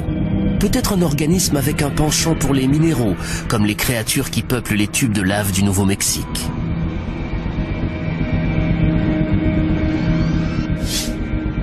Même la plus infime découverte aurait d'énormes implications et prouverait que la vie n'existe pas seulement sur Terre, mais aussi tout près de chez nous. Si on trouve des microbes, même des microbes qui ne sont plus en vie depuis des milliards d'années, cela nous apprend quelque chose d'un très grand intérêt. Cela nous apprend que la vie s'est développée sur une autre planète. Et si la vie s'est développée sur la planète à côté de la nôtre, cela nous apprend que la vie n'est pas un événement improbable, une sorte de miracle qui se serait produit sur Terre et nulle part ailleurs. Cet événement s'est sans doute produit partout. Et Mars n'est que notre première étape. Notre safari va nous conduire vers des lieux encore plus extrêmes, où n'importe quelle forme de vie serait totalement incroyable.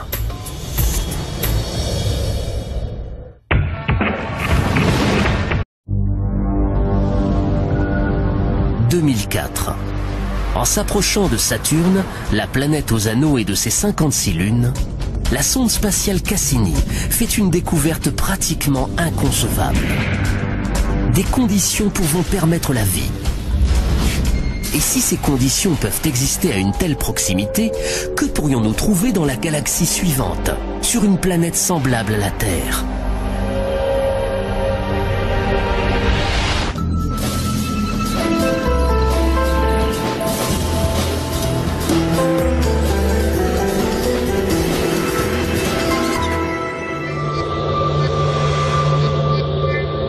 Depuis des millénaires, les humains regardent le ciel en se demandant s'ils sont seuls dans l'univers. Aujourd'hui, jamais la réponse à cette question n'a été aussi proche de nous. Certains scientifiques estiment que nous allons très prochainement rencontrer pour la première fois nos cousins extraterrestres. Au cours de la prochaine décennie, j'espère. Je suis prête à les rencontrer dès la semaine prochaine. Le plus tôt sera le mieux. De plus, nous pourrions découvrir ces extraterrestres non pas sur des planètes éloignées situées dans des galaxies inexplorées, mais tout près de nous, dans notre propre système solaire. Les chercheurs accumulent les preuves que E.T. se trouve quelque part par là et qu'il vit dans le plus dangereux des mondes. Notre safari va nous conduire dans 7 destinations différentes de notre système solaire, pour voir où ces créatures pourraient se trouver et à quoi elles pourraient ressembler.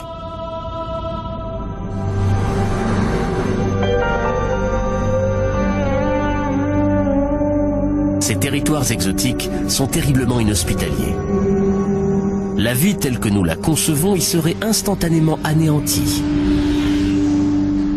Mais la vie extraterrestre est peut-être beaucoup plus résistante que nous ne l'imaginons, comme nous l'apprend un groupe de créatures vivant ici même sur notre planète.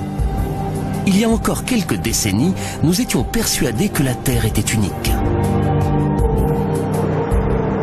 C'est pour autant que nous le sachions, la seule qui a permis l'évolution de plusieurs millions d'espèces, grâce à sa grande quantité de lumière solaire, d'eau chaude et à son atmosphère protectrice. Nous en avons logiquement conclu que la vie avait besoin de chacun de ces éléments. Conclusion qui a exclu tous les autres mondes connus de notre système solaire. Mais ensuite, les biologistes ont commencé à passer au crible certaines des zones les plus sombres et les plus froides de la Terre. Et à leur grande surprise, ils ont trouvé des créatures vivantes. Les biologistes ont baptisé ces organismes extrémophiles. Certains d'entre eux n'ont besoin ni de lumière ni d'oxygène.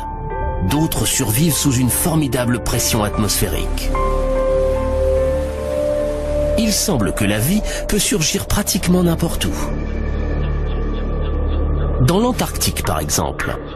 Après avoir fouillé pendant des années ce paysage aride et gelé, les scientifiques doutaient de trouver une quelconque forme de vie. Mais en 1999, une équipe d'explorateurs a extrait de la roche située à 2 mètres sous la glace. Ce qu'ils ont découvert les a abasourdis. Lorsqu'ils ont fendu la roche, ils se sont aperçus qu'elle regorgeait de minuscules créatures. Ici, à une température de moins 66 degrés Celsius et à 2 mètres sous une couche de glace solide, la vie avait pris racine. Les biologistes ont découvert de plus en plus de formes de vie. Non pas des kangourous, mais des formes plus simples qui vivent à des températures extrêmement froides, ou bien très élevées, à de très hautes pressions atmosphériques, et même dans des lieux ayant un niveau très élevé de radiation. Il s'avère que la vie est capable d'exister sur notre propre planète dans une variété d'environnements beaucoup plus grande que nous ne l'imaginions. Et si la vie peut survivre à des conditions extrêmes, non seulement chez nous, mais n'importe où dans notre système solaire, imaginez ce que cela peut signifier. À moins qu'il n'y ait quelque chose d'incroyablement miraculeux en ce qui concerne notre planète ou notre système solaire, la vie doit être très répandue. Elle doit être présente dans un très grand nombre de mondes. Et la vie intelligente doit être apparue dans certains d'entre eux.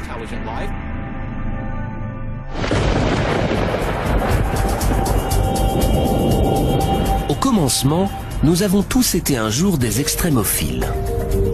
Notre Terre était une planète aussi mortelle que n'importe quelle autre.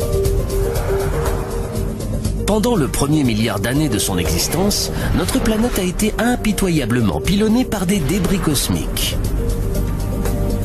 Ces impacts ont transformé sa surface en une infernale étuve bouillonnante où la vie était impossible. Mais une fois que le système solaire s'est stabilisé et que la Terre a commencé à refroidir, l'eau est apparue, ouvrant la route à la vie.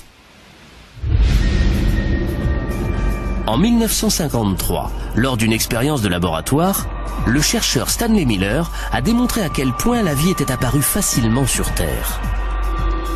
Il a combiné de l'eau avec de l'hydrogène, du méthane et de l'ammoniac, éléments qui composaient à l'origine l'atmosphère terrestre. Il a ensuite soumis cette solution à des décharges électriques censées simuler des éclairs. Le résultat qu'il a obtenu a bouleversé le monde. Miller avait créé des molécules organiques appelées acides aminés, les protéines de base de tout organisme vivant. Si des éclairs ont permis de faire surgir la vie sur Terre, pourrait-il avoir fait de même sur d'autres planètes? Les sondes galactiques ont désormais trouvé dans notre système solaire les ingrédients dont Miller s'est servi pour son expérience, y compris un élément essentiel à la vie. L'un des éléments que chaque forme de vie connue sur Terre possède, c'est l'eau liquide.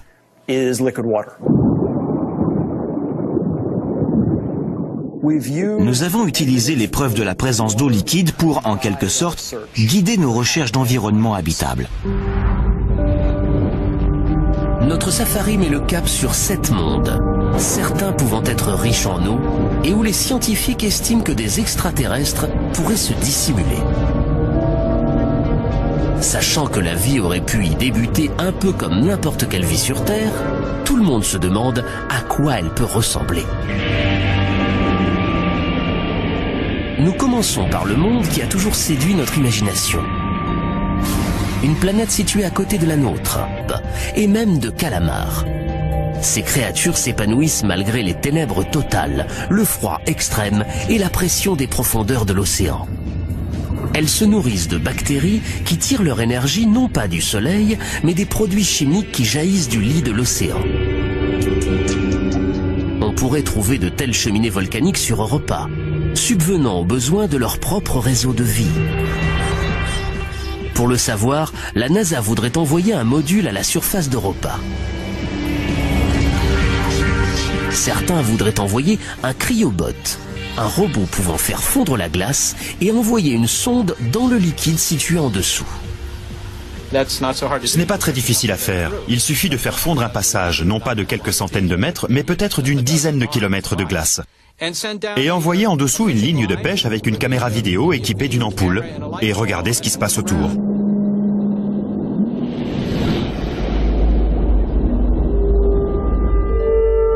Avec une telle quantité d'eau, on ne peut pas écarter la possibilité que des formes de vie très basiques aient évolué. On pourrait même trouver des créatures aussi évoluées que certaines de celles qui vivent chez nous. On trouverait probablement des microbes. Mais rien que ça serait déjà une modification océanique de la façon dont nous concevons l'apparition et l'évolution de la vie. Europa est chaude. Mais que se passerait-il si la planète était l'une des plus froides que l'on connaisse? Ou si ces lacs étaient remplis de produits chimiques toxiques et non d'eau? Tels sont les mondes que nous allons découvrir, tandis que notre safari s'enfonce plus profondément dans l'espace.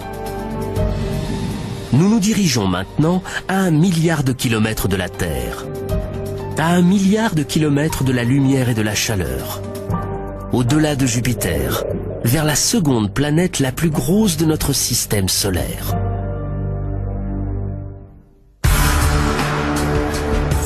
Tandis que notre safari en quête de vie extraterrestre longe rapidement Saturne, la planète aux anneaux, nous apercevons les tourbillons de gaz qui agitent son atmosphère. Nous ressentons aussi la gravité de Saturne, plus faible que celle de Jupiter, mais néanmoins considérable. Nous poursuivons notre route. Nous n'avons pas la chance d'y trouver une quelconque forme de vie. Les anneaux de Saturne sont eux aussi terriblement inhospitaliers. Ils sont faits de roches et de blocs de glace, aussi petits qu'un grain de sucre ou aussi gros qu'une maison. Mais Saturne a de nombreuses lunes. Jusqu'à présent, nous en avons repéré 56. Notre safari se dirige tout d'abord vers l'une de ces lunes, un minuscule satellite glacé appelé Encelade, dont le diamètre n'atteint pas 500 km. Ici, la gravité est très faible, une fraction de celle de la Terre. Et Encelade n'a pratiquement pas d'atmosphère. La Lune réfléchit dans l'espace presque toute la lumière du Soleil qui l'atteint, ce qui en fait l'objet le plus brillant de notre système solaire. Il y a encore très peu de temps, nous pensions qu'Encelade était trop froide pour permettre la vie. Il s'avère que nous avions tort. En 2005, après 7 ans de voyage, la sonde Cassini s'est approchée de la minuscule Lune et a détecté quelque chose qui a abasourdi Caroline Porco, le principal chercheur de la mission. Voilà la photo qui a attiré notre attention, qui nous a coupé le souffle. Ce que vous voyez sont les jets d'eau d'un geyser. La vapeur et l'eau chaude du geyser heurtent le vide glacé de l'espace et explosent en un jet de glace.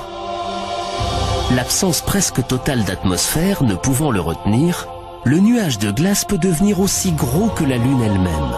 Caroline Porco n'a jamais rien vu de tel ailleurs. C'est un peu le rêve de tout explorateur planétaire de tomber sur un corps céleste tel qu'Encelade. Ces jets, ces fontaines si vous préférez, crachent de la vapeur et de la neige glacée à des centaines de kilomètres au-dessus du pôle sud d'Encelade. Une seule conclusion s'impose. Le noyau de la minuscule et glaciale Encelade est chaud.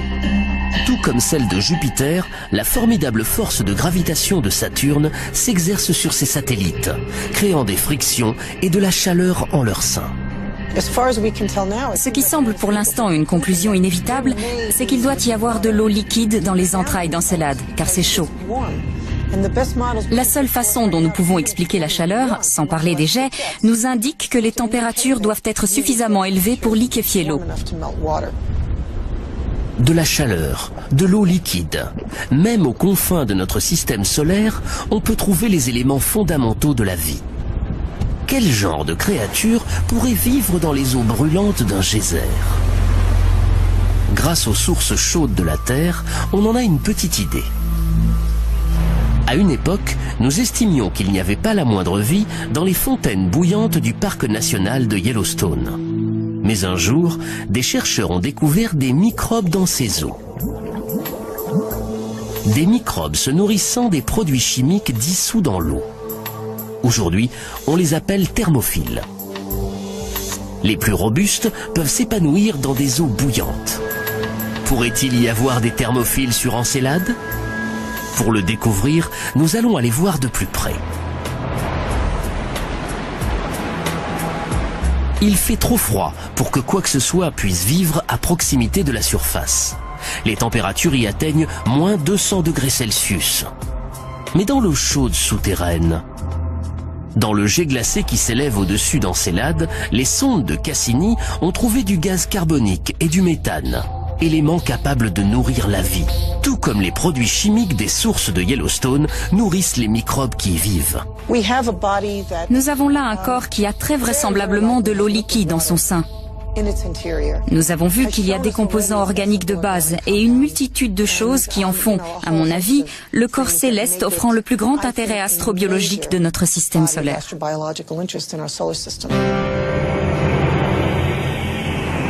Si Encelade a été une révélation, les astronomes ont été surpris par une autre lune de Saturne, Titan, qui est sans doute la moins propice à la vie.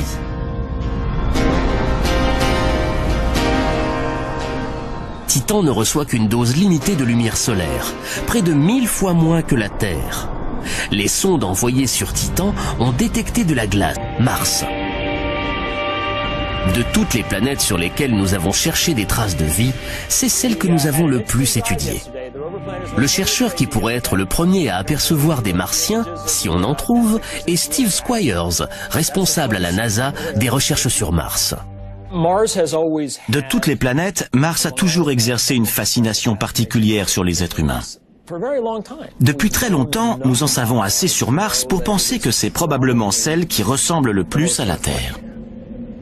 C'est peut-être celle qui ressemble le plus à la Terre, avec une atmosphère et des saisons. Mais nous, les humains, nous ne survivrions pas longtemps sur Mars. Sa couche d'air est extrêmement fine, 1% de la couche d'air sur Terre au niveau de la mer. Et elle est située dans un très mauvais voisinage de notre système solaire, à proximité d'une ceinture d'astéroïdes. Son atmosphère est trop fragile pour la protéger. Sa surface est constamment bombardée par des astéroïdes.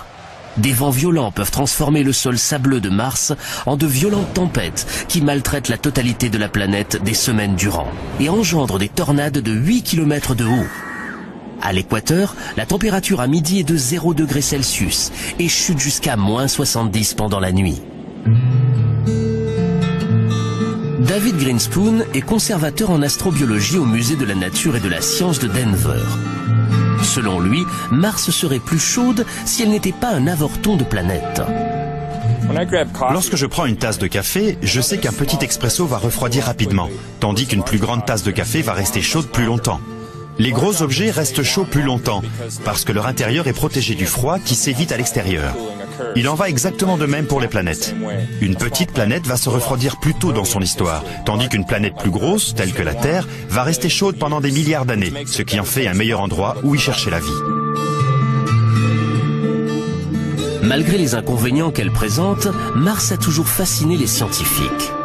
Parce que son terrain semble donner la preuve de pouvoir permettre la vie. Son paysage dynamique fait de montagnes, de volcans et de profonds ravins n'est pas différent de celui de notre Terre.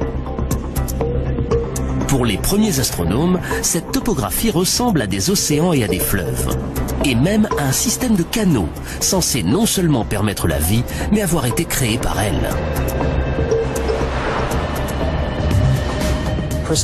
Aux États-Unis, Percival Lowell a observé ces choses et en a conclu que leur géométrie était tellement droite et régulière qu'elle ne pouvait qu'être le fruit d'une vie intelligente. Il avait raison. Le problème, c'était que la vie était du mauvais côté du télescope. En voyant ces choses-là par l'oculaire d'un télescope, la combinaison œil-cerveau a commencé à mettre en relation des choses qui n'étaient pas vraiment là. Lowell n'était pas le seul. Certains scientifiques ont été choqués lorsque la sonde Viking 1 a retransmis cette image.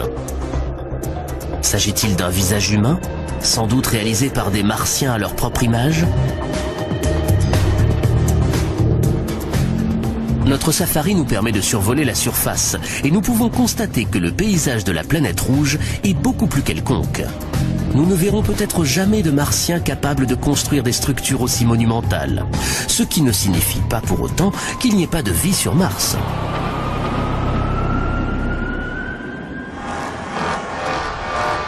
Jusqu'à récemment, nous n'avons jamais vraiment su où chercher une éventuelle vie extraterrestre dans notre système solaire. Mais nous avons toujours su à quoi devaient ressembler les extraterrestres, une fois que nous les aurions dénichés.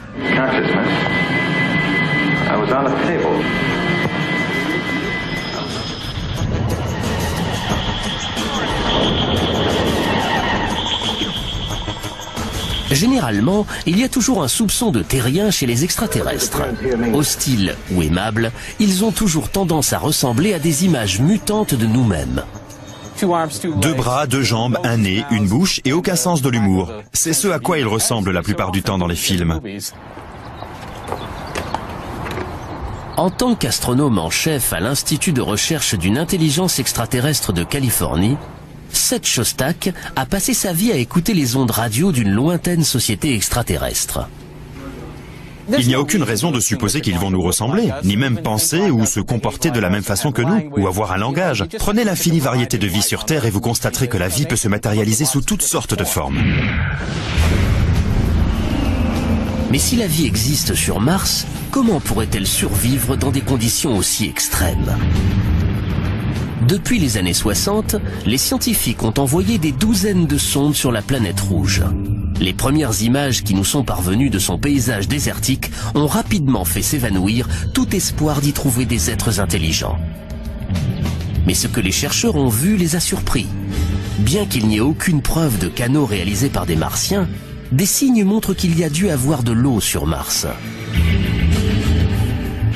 Certains pensent que la planète rouge a peut-être été bleue un jour. Il suffit de remonter il y a 2, 3 ou 4 milliards d'années. Mars avait une atmosphère plus dense. Il y avait clairement de l'eau à sa surface. Peut-être a-t-elle engendré la vie.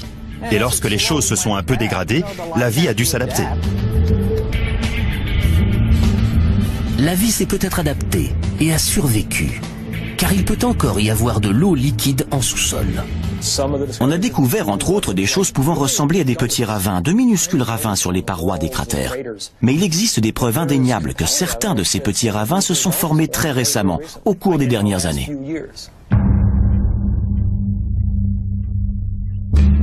Mais sans eau en surface et avec des températures polaires et une atmosphère terriblement raréfiée, Mars est une planète sur laquelle une seule sorte de créature pourrait vivre, un extrémophile. Les extrémophiles se développent dans les pires des environnements. Pour voir où ils pourraient se cacher sur Mars, nous nous rendons dans le Valles Marineris, une énorme crevasse à la surface de Mars, par endroits 20 fois plus large que le Grand Canyon, et dont la profondeur égale presque la hauteur de l'Everest. Des lacs inondaient peut-être autrefois cette vallée, et ces lacs abritaient peut-être des formes de vie. L'eau s'étant tarie, la vie a pu évoluer pour faire face à un environnement devenu plus hostile. Ce n'est que lorsqu'on les trouvera